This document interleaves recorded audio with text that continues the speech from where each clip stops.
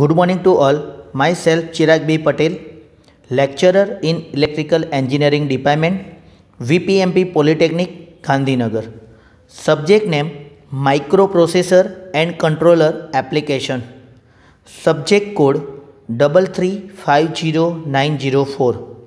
Unit name Microprocessor and Microcontroller Applications.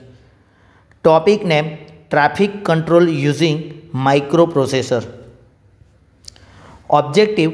So the following objectives are: block diagram of traffic control using microprocessor and explanation of traffic control using microprocessor. So traffic control using microprocessor, simple block diagram, circuit diagram આપણે બતાવેલી છે traffic control using માઇક્રોપ્રોસેસરની, જેમાં 8085 માઇક્રોપ્રોસેસરનો ઉપયોગ કરીએ છીએ, જેમાં data bus દ્વારા by ડાયરેક્શનલનો ઉપયોગ કરીને 8255ને આપણે આપવામાં આવે છે અને એના દ્વારા ટ્રાફિક સર્કલ ઉપર જે ટ્રાફિક લાઇટ આપેલી છે, જે ટ્રાફિક લાઇટ રેડ, યલો અને ગ્રીન સિગ્નલમાં તમને જોવા મળશે અને દરેક ટ્રાફિક લાઇટની આગળ એક રિલે મૂકવામાં આવેલી છે. એટલે ટોટલ 12 રિલે આપણે મૂકેલ છે દરેક ટ્રાફિક લાઇટની આગળ, જેમ કે રેડ, યલો અને ગ્રીન ચારેય બાજુ તમે જોઈ શકો છો ટ્રાફિક સર્કલની આજુબાજુ, જેમાં આપણે ટ્રાફિક લાઇટની આગળ રિલે દર્શાવે છે. સો બેઝિક ડાયાગ્રામ આપેલો છે ટ્રાફિક કંટ્રોલ સિસ્ટમનો, જે તમે સર્કિટ ડાયાગ્રામમાં જોઈ શકો છો. So the block diagram for traffic control system is show in the figure. આકૃતિમાં ટ્રાફિક કંટ્રોલ સિસ્ટમ આપણે બતાવેલ છે. 2 port of 8255A, port A and port C upper. The use as the output port to control total 12 lights. હવે આકૃતિમાં દર્શાવ્યા પ્રમાણે 8255Aના બે પોર્ટ, જેમ કે પોર્ટ A અને પોર્ટ C અપરનો ઉપયોગ 12 લાઇટોને કંટ્રોલ કરવા માટે આઉટપુટ પોર્ટ તરીકે થાય છે. The relay is an electromagnetic switch use to make the particular light on end of. હવે આ રિલે દ્વારા એક ઇલેક્ટ્રોમેગ્નેટિક સ્વિચ છે, જેના દ્વારા છે તે લાઇટ ચાલુ એટલે કે ઓન કે બંધ ઓફ થાય છે.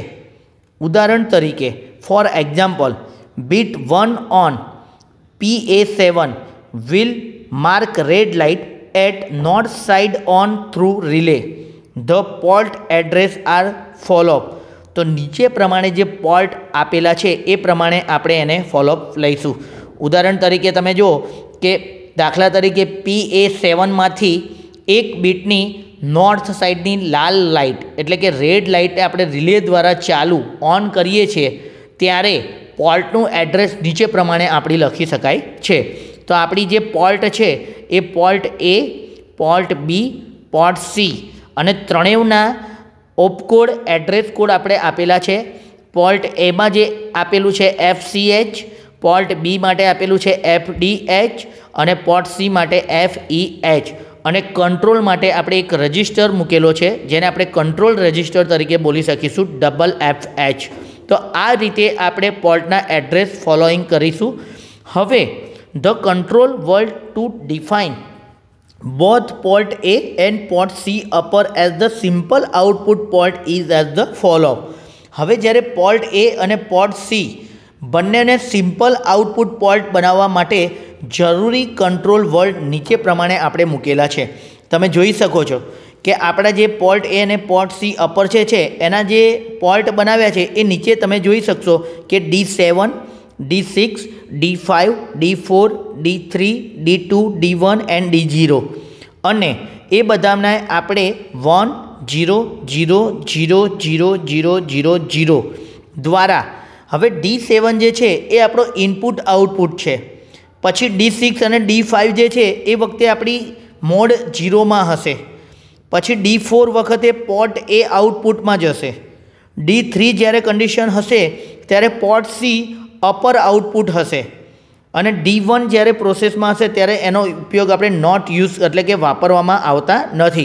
અને આખી બસનું જે એડ્રેસ હશે એ 18H જેટલું રહેશે, જેવું આપણે બ્લોક ડાયાગ્રામમાં જોઈ શકાય છે. હવે this system require a software which control the traffic light using the delay routing. A delay routing provides the appropriate timing delay between the opening and closing of the traffic in particular direction. હવે આ સિસ્ટમમાં traffic લાઇટોને delay routine દ્વારા control કરવા માટે સોફ્ટવેરની જરૂર પડે છે. હવે ડિલે રૂટિન કોઈ એક દિશામાં ટ્રાફિક ચાલુ અને બંધ કરવા જરૂરી ટાઈમ ડિલે તરીકે કાર્ય કરશે. Initially when the system start the software initialize the 8255 to define port A and port C upper as the simple output port by sending the control word ATH to the control registers. હવે જ્યારે routine કોઈ એક દિશામાં traffic ચાલુ અને બંધ કરવા જરૂરી ટાઈમ ડિલે તરીકે કાર્ય કરશે ત્યારે શરૂઆતમાં જ જે પણ સિસ્ટમ શરૂ થશે તે 8255Aના પોર્ટ A અને પોર્ટ C અપરને સિમ્પલ ઇનપુટ આઉટપુટમાં સેટ કરવા માટે કંટ્રોલ રજિસ્ટર કંટ્રોલ વડે તમને ખબર હશે કે ATH ને મોકલવામાં આવશે, જેવું આપણે આગળ જોયું. હવે જ્યારે પણ let us assume the first we have to open traffic tower north. હવે જ્યારે પણ ટ્રાફિક નોર્થ દિશામાં ખુલ્લો કર્યો છે, એટલે કે ઉત્તર દિશામાં જ્યારે ટ્રાફિક ખુલ્લો થશે ત્યારે to do this the green light at north should be made on. Will on the 3 side the red light should be made on.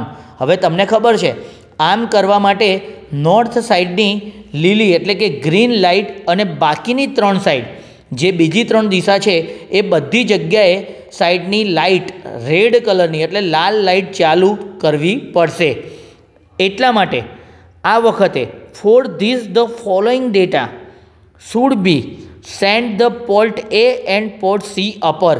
એટલે કે આ વખતે પોર્ટ A અને પોર્ટ C આપણને નીચેનો ડેટા મોકલવામાં આવે છે.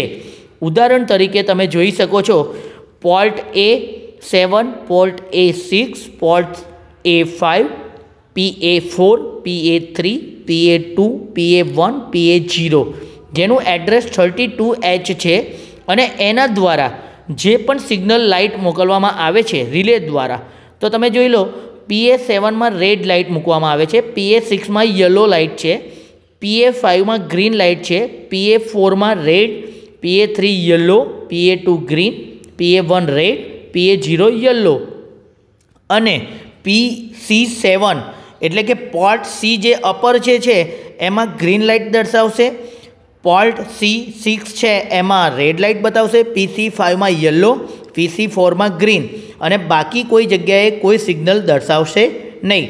અને આ રીતે આપણે 40H એની એડ્રેસ દર્શાવેલું.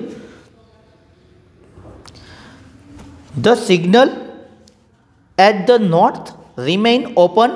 હવે ધારો કે નોર્થ સાઇડનું સિગ્નલ 40 સેકન્ડ માટે ખુલ્લું રહે છે, તો લેટ અસ એની 40 સેકન્ડ્સ.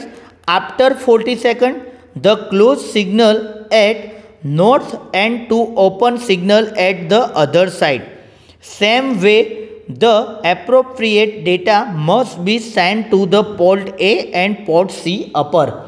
હવે જ્યારે ધારો કે નોર્થ સાઇડનું સિગ્નલ 40 સેકન્ડ માટે ખુલ્લું રહે છે, તો 40 સેકન્ડ પછી નોર્થ સાઇડનો ટ્રાફિક બંધ કરવા અને બીજી કોઈ સાઇડનો ટ્રાફિક ખુલ્લો કરવા માટે તમારે ઉપર મુજબ યોગ્ય ડેટા પોર્ટ A અને પોર્ટ C આપણને મોકલવામાં આવે છે.